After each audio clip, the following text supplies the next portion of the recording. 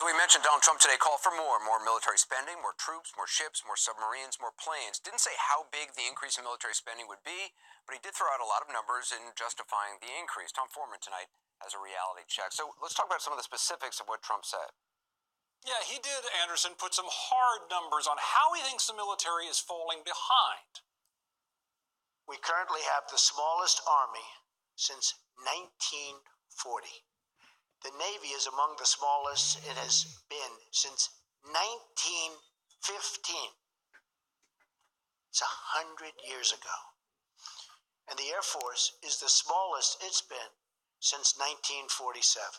Well, those are very stark numbers, but let's put some reality on that. If you look at U.S. Armed Forces, right now there are about 1,015,000 people in the Army. If you count active, Guard, and reserves, apply the same metric to the rest of the military, you get about 1.1 million more in the Navy, the Marines, and the Air Force. And yeah, compare it to the 1940s when World War II was raging. Look at that. More than 16 million people served in all the branches, so they all are way down. That accounts for what he said about the Army and the Air Force. Now let's talk about that serious naval hardware out there when they're actually moving big vessels around. The current count for big pieces out there, about 271 from 2015. If you go all the way back to 1915, as he did, 231 vessels. And yeah, World War II again, very big jump, more than 6,000 out there. What is not being mentioned in all this, however, is what modern technology brings to the game and how modern weapon systems multiply force. You don't need nearly as many people, according to most military analysts, to project tremendous force out there. So if you're comparing fighting power, it's just not apples to apples if you look at these different metrics out there, Anderson. So because he doesn't do that, even though his numbers are basically right, we have to say that Trump's statement on this is true but misleading. Well, what about U.S. in relation to other nations?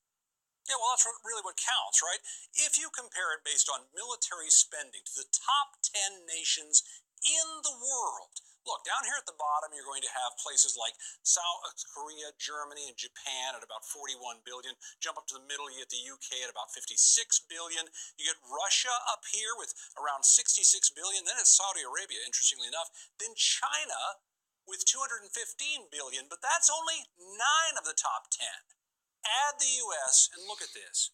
Almost 600 billion in spending there, almost as much as all the other 9 of the top 10 combined, Anderson. All right, call Halalim, Yahweh Ba'ashim Yahushai. Double honors to the apostles and those at Great Millstone. This is Anaya, Allah with the beloved Jew. As you can see, Trump calls for military spending increase. Right now, it's just not for the United States. He's talking about most of those UN countries. I believe there's an article out there that says Donald Trump wants to increase spending, wants UN, Slovakia.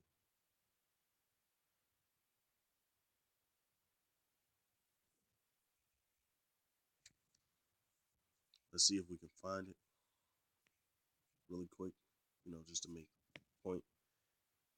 Because he was really addressing the UN, all right? But as you can see, he wants more military increase spending. But I got to find an article where he wants to increase spending amongst. All right, so I found the article. It says Trump unveils plan to boost military with more troops, weapons. Okay, and this is important for the simple reason that this is based off of biblical prophecy. In the Bible, it speaks about World War III. Okay, it also speaks about World War I and World War II. And it's just a simple prophecy of that's going to take place, man. Because the scriptures say, and I'll get it real quick.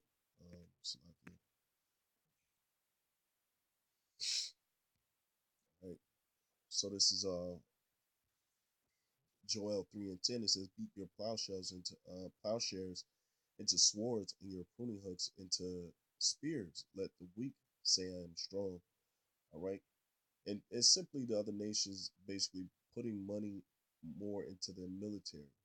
Because the plowshares represents what? Represents the agriculture, the food, and pruning hooks. That's what you use to reap the food. Uh, but it says into spears. Now, spear is a killing instrument, right? So symbolically or parabolically saying that, uh, or metaphorically saying that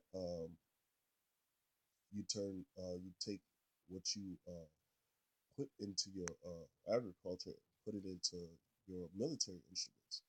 And the same thing is happening now because this is the prophecy of the battle of Jehoshaphat or Armageddon. All right, it says, "Assemble of yourselves and come, all ye heathen, and gather yourselves together round about thither, cause thy mighty ones to come down, O Lord." Because guess what? It's the angels that's holding back the destruction, that's holding back and really pushing that World War III spirit upon these other nations. It says, "Let the weak, let the heathen be wakened and come up to the valley of Jehoshaphat, for there will I sit to judge all the heathen round about. Put ye in the sickle, for the harvest is ripe. Come get you down, for the press is full of the fats overflow, for their wickedness is great. Multitudes, multitudes in the valley of decision, for the day of the Lord is near in the valley of decision." Now he was just talking about more troops, all right?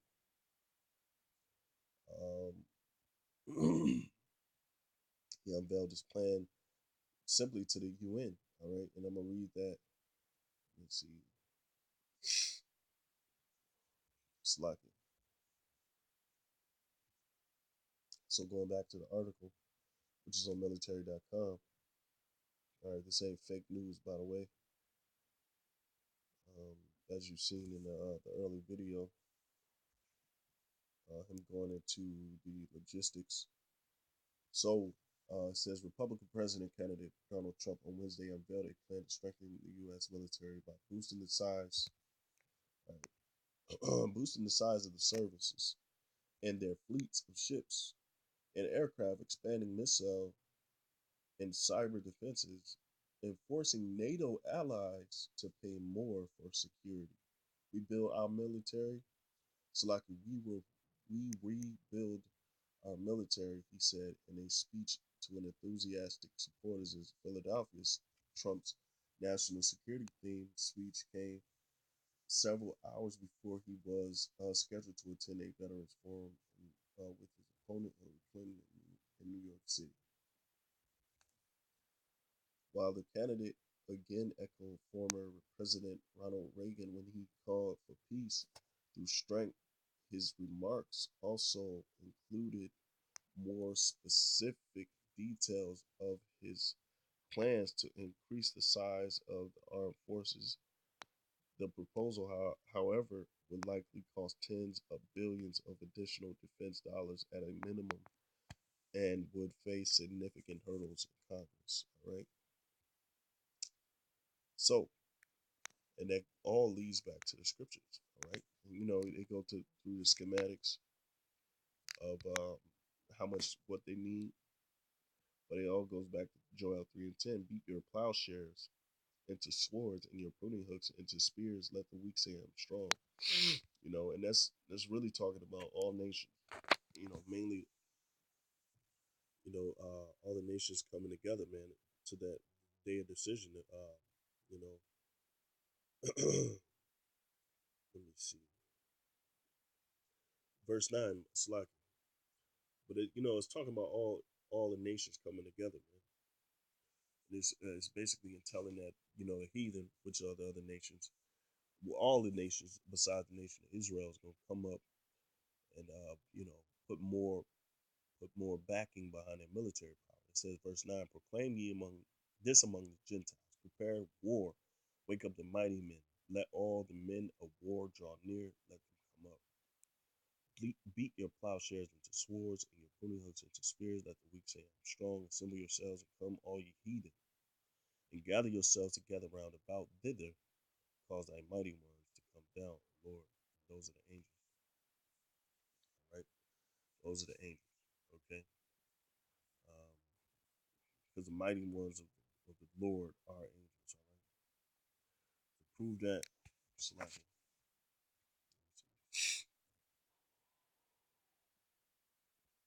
Yeah, because location warrior tyrant champion chief excel giant man mighty man warrior strong man valiant man. But the precept to back up that is in Revelation.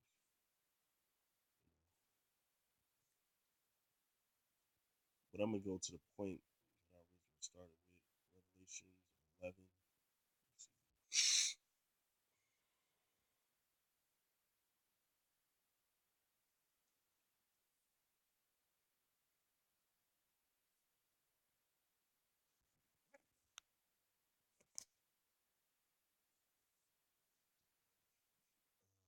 Slide.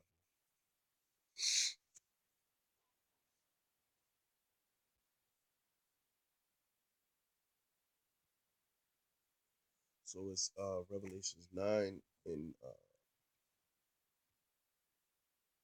I'll start. Let me see.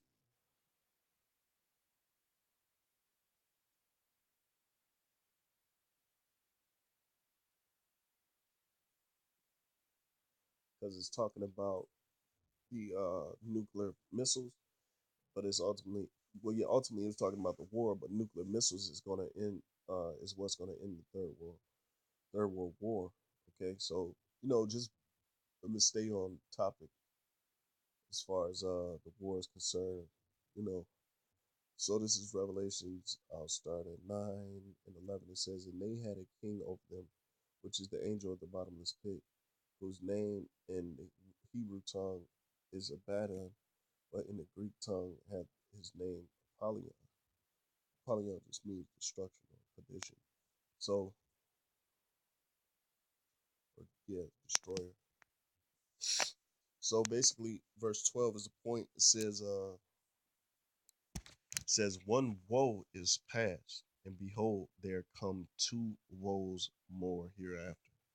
And the first woe represents World War One, because that was um, a point in history where the most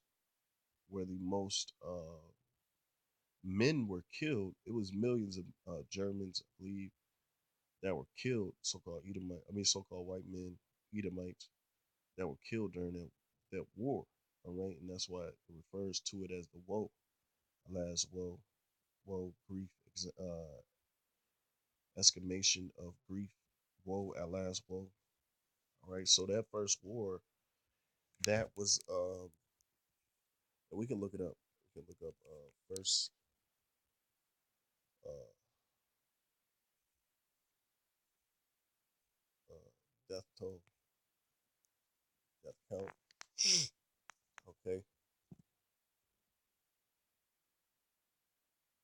so 17 million. All right, so World War One casualties. All right, total number of military and civilian casualties in World War One was more than 38 million. Okay, and that's a lot. Okay, that's a lot of people. Said there were over 17 million deaths and 20 million wounded, ranking it among the deadliest conflicts in human history. And that's why the scripture referred to it as the first woe.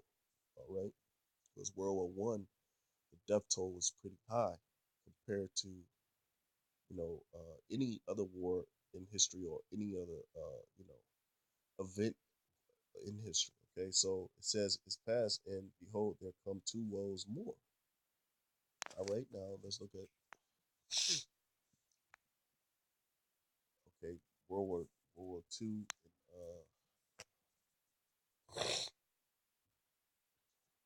World War Two, and then World War Three, which is gonna have the absolute most um, casualties. All right,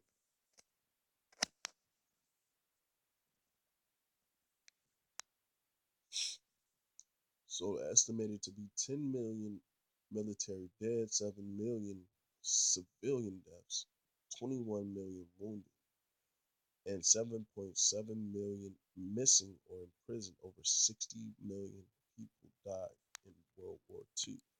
estimated death range from 50 to 80 million.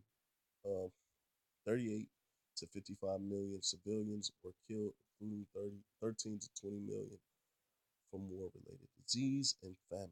Okay, much like World War III. Now, it pretty much doubled. It was almost the same, but almost pretty much doubled World War One. So World War III, the war to end all wars, it's going to be pretty drastic, and that's really an understatement. You know, uh, you had the Vietnam War, which was slightly a world war, but not all uh, nations was involved in it. But this war that we have now is a conflict between the UN and America versus Russia, China, and all their allies. Russia and China, I mentioned them because they're the biggest. But just imagine uh, how many, military men that China has in Russia. Then, you know, compare that to the UN, which is a global, global, almost a collective global fighting force under one banner, which is NATO, and then you got America. You know, so imagine the death toll, okay? Because there's going to be a draft here in America because World War III has already happened. It's already happening. It's like it, and but it's certain events that's going to lead up to the draft and the actual the big showdown, so to speak. You know, so there's pretty much it. Revelations 19:12. One woe is past, and behold, there come two woes more hereafter. Okay, and that's pretty much talking about the those death tolls. You know, casualties, the woes that happen. All right, because it's the most significant in the world's history. You know, and pretty much that's pretty much it. I just want to show you that you know how the prophecy is lining up with what people are actually doing in the world. And that's pretty much the basis of this lesson. It was supposed to be simple and quick, but yeah, with that, I'm gonna say call Haloyim, Yahweh Ba Shemi Shai, double understand apostles, know that great millstone is benign. Now, Allah with the love of truth, Shalom.